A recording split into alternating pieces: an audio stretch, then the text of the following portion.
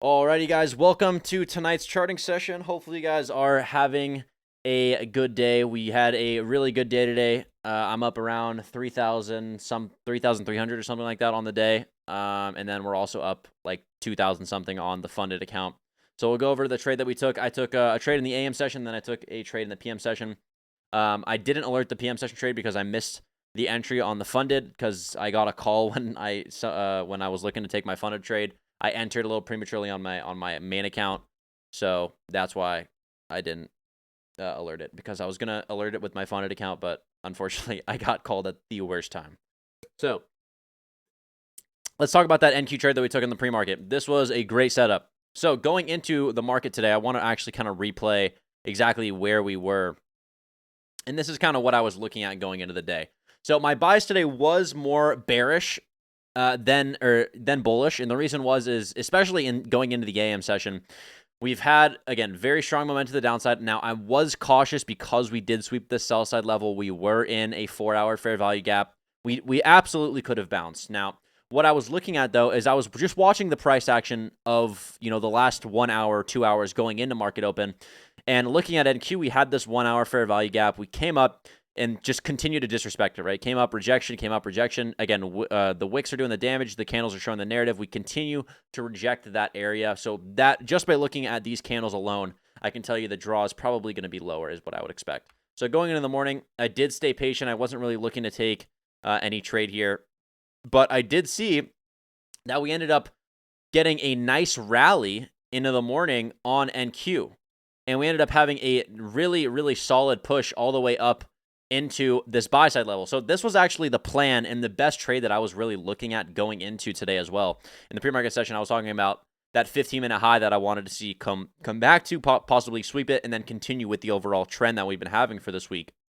And those are kind of the best setups when we get them. So looking at ES at the time as well, adding more confluence to this. We did not take that high at the time. I think where was that high? It was right here. Yeah, it was right here. Now we ended up, actually, I'm looking at NQ right now as well. There we go. ES was right here, NQ, that high was right here on ES. You can see ES never ended up taking that high, so we were forming SMT divergence. And then what do I need to see here? I need to see break of structure to the downside. So again, I'm not looking to take any sort of shorts until I get a continuation to the downside. Looking at NQ, we finally get that break of structure, right? Big move to the downside. Everybody's screaming. They're like, we missed our entry. Fuck, oh my God, let me chase this down here instead of being patient and following my plan. And then everybody gets bad entries because they're chasing and they don't want to wait for a good entry. But me, I'm like, hey, we have a 2-minute fair value gap here. Let's wait for this to get tapped. We come up. Boom. Tapped. I enter short. Stop somewhere up here. I ended up moving it. Again, this is an A+ trade. Everything we want to see here. Sweep of liquidity, SMT at the highs, clean break of structure with displacement, pull back to a fair value gap, clear draw on liquidity. And then, again, standard deviation for this, I didn't even draw it on when I first took this trade. So we'll see how this ended up playing out. Actually, that's a pretty big. Actually, it wouldn't really be that, would it? So we ended up selling off. I scaled my first 2 contracts right here, and then I scaled my last one like right here, somewhere here. I didn't even let this go. I took it early, and thankfully so, because we actually never even ended up taking the low. So that was the first trade going into the morning. Great trade. Pretty much ended it there, and then I came back in the PM just to check out what was going on. Looking at NQ, we ended up continuing to buy side. At this point in time, when we get this move and we end up breaking above this area, I know that we're probably going to run for whatever that external buy side was. And what I was saying as well today is this was going to be our buy side level that I was really looking for, is that 1 hour high, which leads into that 4 hour fair value gap is what I expected probably the draw to be. It was this 4 hour. So that's probably what I expected when we ended up breaking to the upside. I was expecting NQ to come up to take that high. We finally did. When we did, this is a clear possibly opportunity for me to short, knowing that we not only swept, these 15-minute highs right here, but we're actually coming back into a 4 hour fair value gap after, a big sell-off. So this could absolutely, bring us back down. So again, what am I looking to see here? I'm looking to see a break of structure to the downside, and I'm looking to see a lot of displacement. So that's the first thing, right? We get a lot of displacement. I zoom in. Okay, do we have a break of structure? We do. We've had this low getting broken through with big displacement. We've had this low getting broken through with big displacement. We're now pulling back. So at this point in time, all I'm waiting for is to see more structure and a pullback to some form of, or some sort of discounted fair value gap. So again, I'm not looking to take any trade. I'm not looking to take any trade. I'm not looking to take any trade. All right, hey, now we've retraced back to discount. Right, let me draw this in here. Retrace back to discount. We did of this entire range as well. Tapped it perfectly. Again, still not looking to take a trade. Then we come up, form SMT with ES. We form SMT with ES. I'm like, okay, maybe this is going to be my entry here. It looks like possibly that manipulation at those highs. Again, I'm still waiting at this point. And then right here with this break to the downside is when I entered in short. And this kind of gave me enough confidence already. Looking at the 15-minute, this kind of gave me enough confidence to say, this gives me enough risk. I entered a little bit early, and I was waiting to enter on the next fair value gap for my funded, and that's when I got fucking called. But again, exactly what we want to see in a model. Buy side taken, displacement to the downside, wait for a pullback to fair value gap, wait for the break of structure internally. This is where I would have entered on the funded, is when we get displacement and a fair value gap. And then we ended up selling off. And yeah. Now, I actually took this on ES. I don't know why I was looking at on NQ. I was like, why does that action look so different? Pretty much the exact same setup on ES. Notice, we didn't take this low. So that's why I was very confident in the setup, is ES didn't take this low. Again, same thing. Displacement came up, fair value gap. We swept the buy side. Again, internal model, right? Overlapping internal model. Swept displacement, fair value gap. That would have been your entry. I entered a little bit early. And then I let it run to this low. And again, look where we bounced off standard deviation.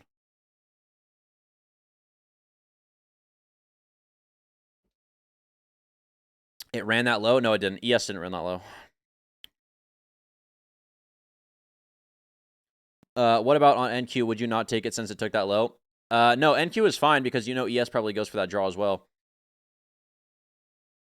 Again, after this buy side is taken, and after we're rejecting on a 4-hour on NQ, that gives me a lot of confidence that we're going to probably go to the downside. So anything that's like, especially when when you look at the chart like in this way as well, like looking at the 5-minute, it's very easy to tell what the draw is. Like it's very easy to tell at this point in time what the draw on liquidity is. Like just by looking at this, in my opinion. Coming up, we're rejecting off these past fair value gaps. We swept those highs. We get a lot of displacement back inside this range, right? The top of this high is kind of what we're looking for. Notice, what does this clearly look like? What does this clearly look like? When I just draw above here, this is the manipulation area, right? This is where all of those stops are getting taken. This is what we call like the manipulation, right? This move back is just repricing back to discount to then enter lower. The clear draw on liquidity for me is, and why I took this trade, was this low. This low is clear because if we look at a bigger time frame, we have overlapping fair value gaps there. We have that 5-minute fair value gap that lines up perfectly with that low. To me, that looks like the clear draw on where we want to go. So when we even sweep internal, that gives me even more confidence. Again, another internal model. We have a draw on liquidity being this low. We have a internal high being swept. We get displacement to the downside. We get a break of structure, and you get a fair value gap targeting whatever that external low was. That's the high quality setups, right? Overlapping models, having a higher time frame bias, using internal bias as well to overlap conviction.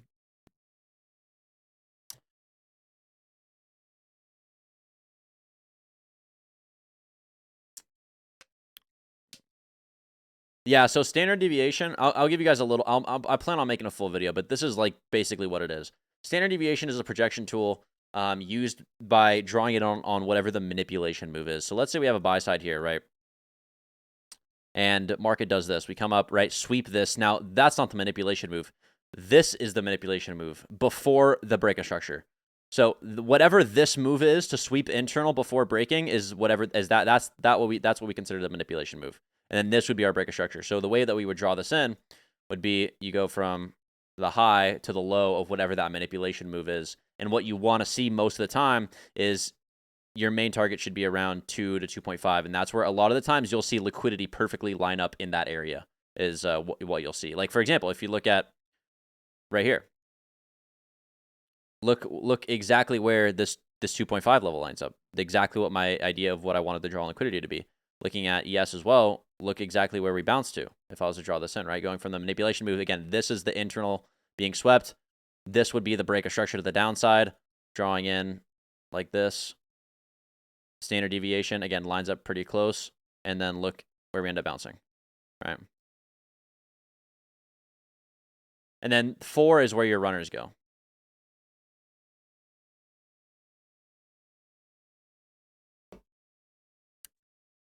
But yeah, that's pretty much the way I like to use standard deviation. Gives me a good idea of what to target. Fib settings? Yeah, I got you. This is what the fib settings look like. Yeah, you can do it on the 1 minute. Like here, I'll show you. If I align it with, here, take your screenshots. Hurry. All right, you're done. If you look at this, right?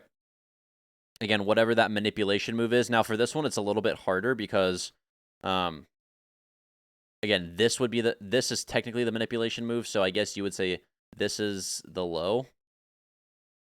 This one's a little bit trickier, but I would probably say that. And we pretty much almost tapped that too right there.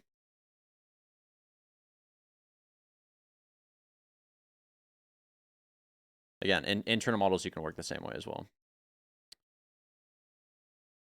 Like looking at this.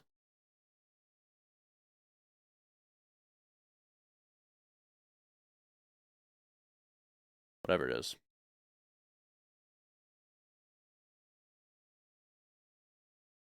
Justin, with the AM trade, does the move bounce on the 1 hour, and did that give you more conviction? With the overlapped bearish 1 hour fair value gap? Yeah, of course it did. Anything in my favor is going to overlap conviction. And knowing that we were still in that was definitely added to it.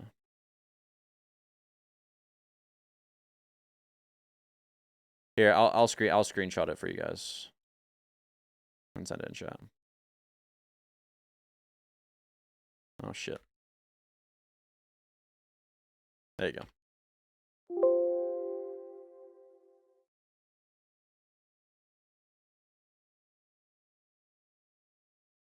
Any breaker or order blocks today? Nah, not that I noticed. I mean, that was like really important.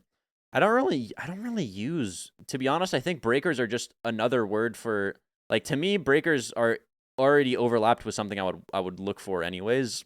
So I don't know. I don't really pay attention to them. Like, I guess you could say this is a breaker. Like, sure. But again, it's a break a structure to the downside. We break through, come back. But again, it's just pulling back to this fair value gap. That's the way I look at it. So again, you can overlap the two and be like, hey, we probably have a better opportunity of bouncing here. But nothing that I saw today that was like, oh, I'm entering this because we have a fucking breaker and order block. No, that's not the reason. It's because I just understanding where price wants to go. Why don't you use order blocks? I mean, I use them sometimes. I just don't need to.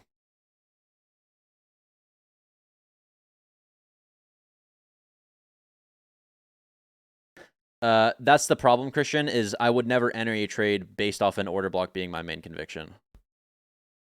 Can you explain order blocks and more specifically executing trade based off your main confluence being an order block? My issue is that when we retrace an order block, it just looks like it's going to sweep market structure shift. Can you go over order block trade? Yeah, I can't really tell you because I don't take those trades. That's why. Is I think I don't use order blocks because a lot of the time, like there's value in order blocks, but the way I like to see it is order blocks most of the time. Any order block that you look at, there's probably a fair value gap that we're bouncing off of. Like, that's kind of the way I like to look at it. So, like, in my opinion, order blocks are just things that people add to their charts to like tell themselves that there's more conviction in a trade when they're really just having pure hopium. If I'm being honest, like, I don't really use order blocks that much. That's kind of what I think. Like, I see people drawing like 50 order blocks, like trying to validate their bias. And I'm like, all right, bro.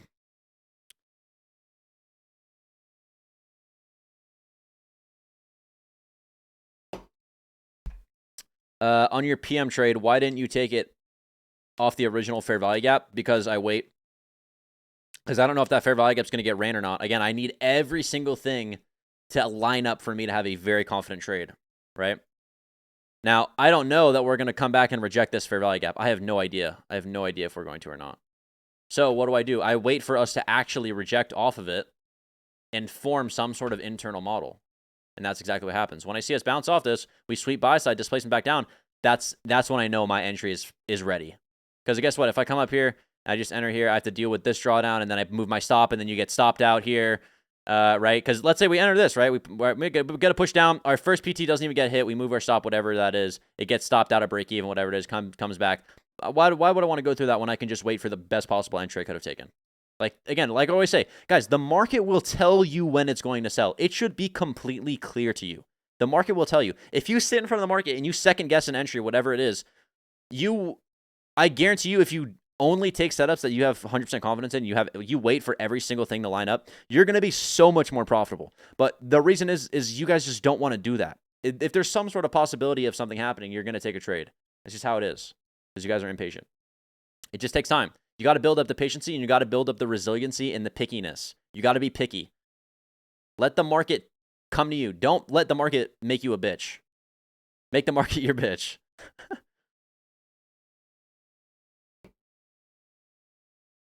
If you could use only 5 IC key concepts for the rest of your trading career, what would you choose? Liquidity, fair value gaps. That's pretty much it. I only need those two, because the rest is in my brain. Like, I don't really.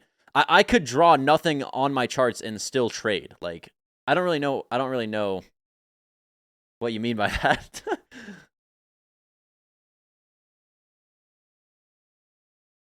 Good wiring word. Be picky. Absolutely. When do you tend to wait for fair value gaps to work? Like, for example, how you did on your PM trade. When we have a bigger time frame model.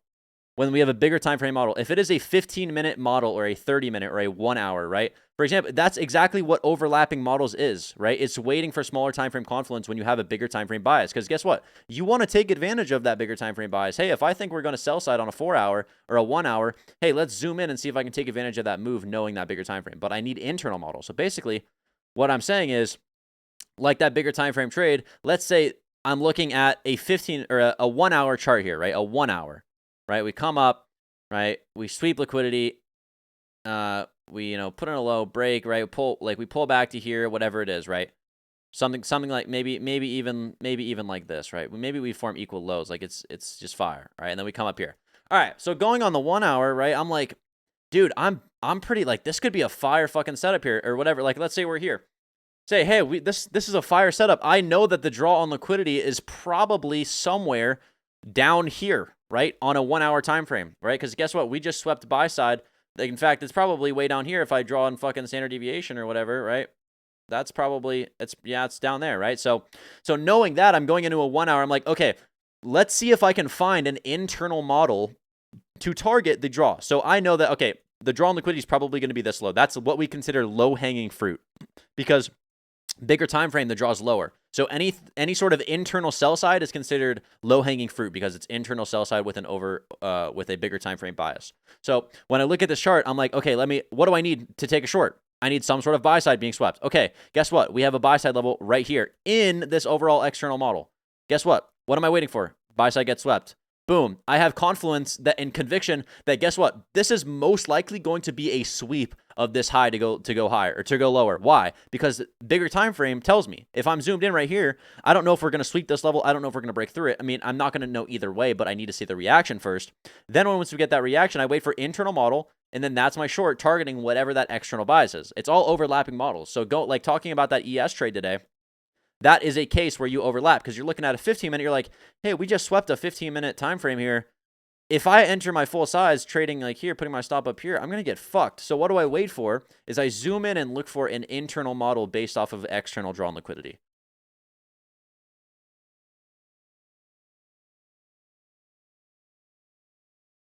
Make sense?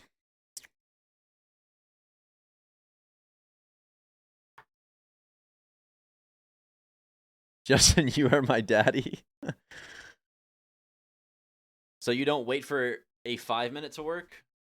What do you mean? A 5-minute high being taken? I mean, I wouldn't really trade a 5-minute high to being taken. It depends. A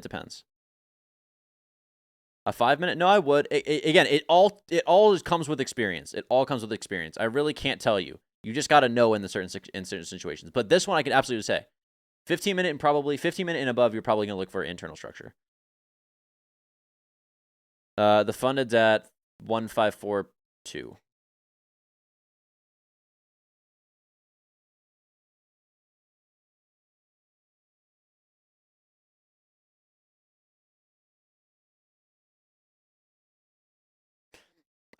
You could say that, Kevin, but at that point in time, I still had a lot of confidence that we were still gonna go sell off, even though NQ took the low.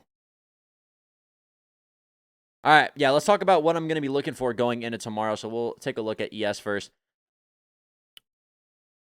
Take off all these fucking drawings here. I feel like that really is the best way to simplify. When I want to like really explain to you guys what I talk about overlapping, it's when I draw it out, it's just so much easier for you guys to understand. All right, so take off all this shit here, clear the charts going into tomorrow. ES, I still think the draw on ES is lower. I would like to see us go lower, but we could definitely bounce here. We could absolutely bounce. We could bounce 100 fucking points tomorrow, and I would not be surprised. But I would like to see lower. I could probably expect to see, again, the exact same thing that we would want to see. This 4 hour possibly come up, sweep this 4 hour high here, and then head back lower. But we did sweep the sell side level. We are in a daily fair value gap, or actually a nice little volume imbalance here that we're in. Also, looking at the daily, we have the start of this fair value gap here in this massive gap. So could absolutely expect to see us come back up tomorrow. Again, this would be our breaker structure, bigger time frame. So I would probably expect to see this as well turn into a breaker block. So that's going to be something I would like to see as well going into tomorrow. So I am a little bit bullish going into tomorrow until that 4 hours taken. So I'm bullish until that 4 hours taken. Then when that high is taken, or that 1 hour high, whatever you want to say, this high right here going into that 4 hour. I would look to see if we reject this, we want to go lower, or if this becomes break a structure to the upside. So I'm just going to wait to see whatever that happens after when that high is taken to give me a bias. And then 4 hour, actually, sorry, NQ. Pretty much same thing on NQ. Daily time frame, that high is what I expect the draw to be going into there. Again, I still want to see lower on NQ. Again, looking at where we are, we could absolutely dump. We could absolutely dump in the coming week. So I definitely want to see what happens when we come up and retrace into that fair value gap. Again, another possible short opportunity when we come back, possibly sweep this high and look to go lower. I do like this 1 hour fair value gap though. I would like to see us maybe even come back up here. But again, at that point in time, it looks like we might even break structure to the upside. So I am a little bit more bullish going in on NQ again. Look how perfectly that inverse fair value gap played out as well. That 1 hour that we were watching, notice we're bearish until that gets broken through, right? When this gets broken through, we're not bearish anymore.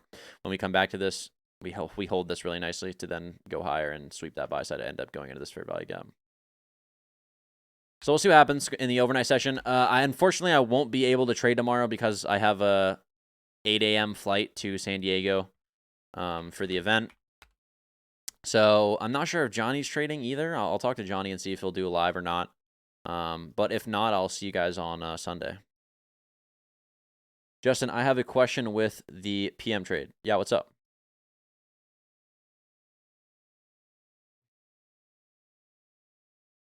How do you feel about trading with non-firm payroll news? I don't really care, to be honest. I mean, it'll affect you, but it's more experience-wise. Like, it's just slow action.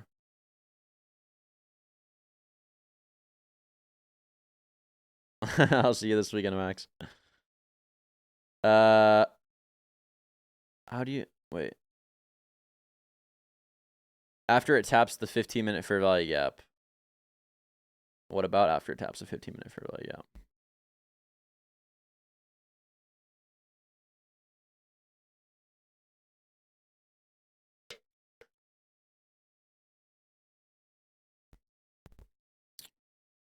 Why didn't you enter on the fair value gap reaction? I did. I waited for internal model. What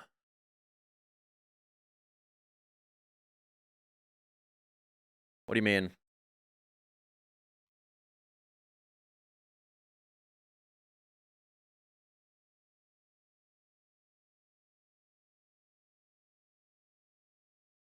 We also had this big inverse fair value gap here that I was looking at. Zoom into the 1 minute. Like this. This one.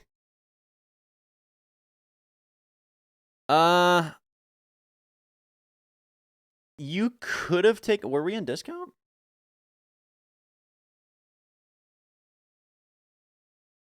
We were.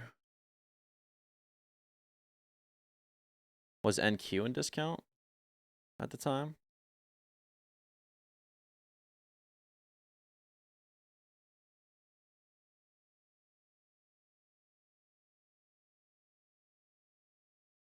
Damn, that's crazy. So NQ was not in. I mean, I wouldn't even. I guess this would be hindsight. I mean, but NQ was not at discount. Didn't retrace the discount at the time, but then we ended up coming and tapping it literally to the tick before we started to sell off. That's crazy.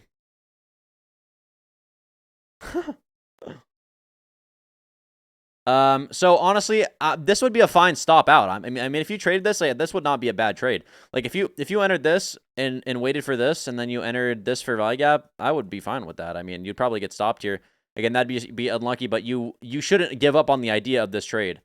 If you entered short here and you get stopped, you shouldn't give up on the idea. You wait for that internal structure, and then that gives you more confluence, and then you re-enter.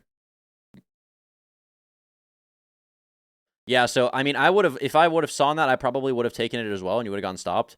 But again, once that internal swept and you get even more confirmation, that's really all. That's what you really need to see, because that's full internal model. Here, there's not any really high being swept. Nothing here really aligns with any sort of liquidity that we'd be looking for. It needs to be some sort of clear high. So if we put in a clear high. Again, we come down. Don't take this level. Keep that in mind. That's huge that we didn't take that initial low. So now we have these stacked relative equal lows down here. We come up, take buy side again, and then we ended up flushing. So, yeah, not a bad habit at all. That's not a bad trade. That's not a bad trade. If you took that trade and you got stopped, that's a totally fine stop. That's a great trade. That's a great trade to lose on.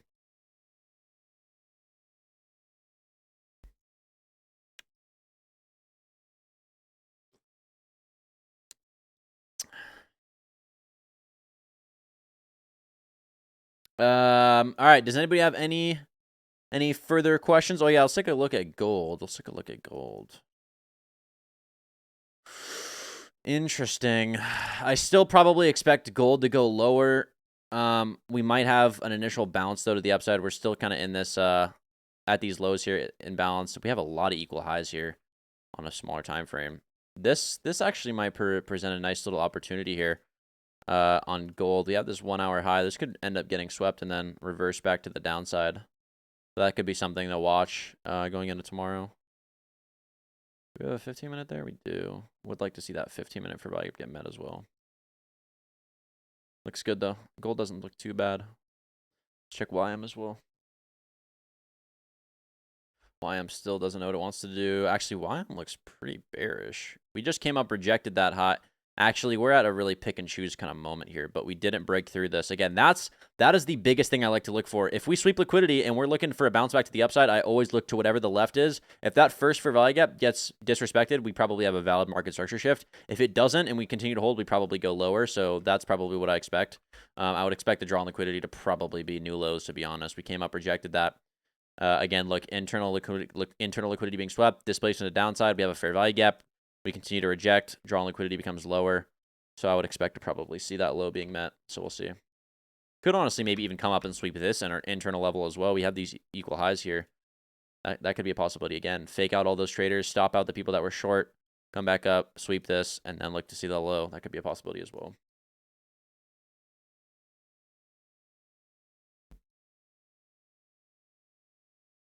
No, I won't be on for the AM tomorrow. Any advice to get past the break-even stage? I know this time of year isn't the best for PA, but I'm losing my mind because I feel like the time I'm putting in isn't paying off. I have past 3 funded accounts this summer, but once it is a live account, I just lose my ability to trade. Again, brother, it is all a mental. It is really all mental at that point. Again, it took me a long time to become profitable, and don't give up. I've been there. It's hard. I know you can feel lost sometimes. You feel like all your hard work isn't being put in, and that's the hardest part about trading is you can put in hundreds and hundreds of hours of work and not see any return. And it's mentally straining sometimes in the early years, but keep pushing forward because you'll thank yourself in the future for it. But again, it's okay to fail. It's good. That means you're learning. But again, when it comes to live accounts, all it takes is experience. The only thing that's holding you back is mental. It's being able to not accept risk. It's being able to, understand yourself, understand your own emotion, how to put yourself in right situations based off of knowing yourself. That's kind of like the best way I like to think about it, especially like when I started trading like heavy amounts of capital. That was a really big problem for me when I started. Like I would up my, because I've never traded the size I used to anytime on when we trade live. Like last year, even before that, I traded live with the Discord. Before Tactical Traders was a thing, I used to trade insane size. I don't anymore because I decided to focus this year fully on just mastery of my edge. Like this whole year, and why I really created Tactical Traders was to bring more people in and develop a team that we can all grow together. And that was kind of my goal for myself as well, is to spend an entire year, because again, that's how you know that someone's really dedicated to their craft and not focused on getting quick, easy money. Is I knew that I was in a position, because I've seen it happen before. Again, I've had friends make a shitload of money, and all it takes is a week, a month of them over risking themselves, over leveraging, thinking that they're hot shit, and they end up losing hundreds of thousands of dollars. And I've made hundreds of thousands of dollars, and I knew that I didn't want that to happen. So I let myself not get overconfident, not let over cocky, brought my size back down when I started to see I was maybe slipping a little bit, and I decided to dedicate this whole entire year to just mastering my edge. And then later in, when we get proper action and I'm the most confident I've ever been, I can look to up my size heavily and significantly, back again to what I was, but slowly. I just called the fireman to check out my house for carbon monoxide because my alarm went off. God damn. Grateful for you, Justin. Much love, Maury. I appreciate the effort you put in and care you have for us as traders. You take the time to address everyone and break it down easy. Much love for that. That means a lot, James. Thank you, brother. All right, guys. That's all I have for you tonight. I will see you all on Sunday. I won't be charting tomorrow. I wish you all the best of luck. Don't overtrade. Don't over leverage. Don't be stupid. Take good setups. Be patient. I wish you all the best of luck going into tomorrow. I will see you guys on Sunday. And if anybody is going to the event, I'll see you on Saturday. So, yeah. Enjoy the rest of your night, guys. Peace.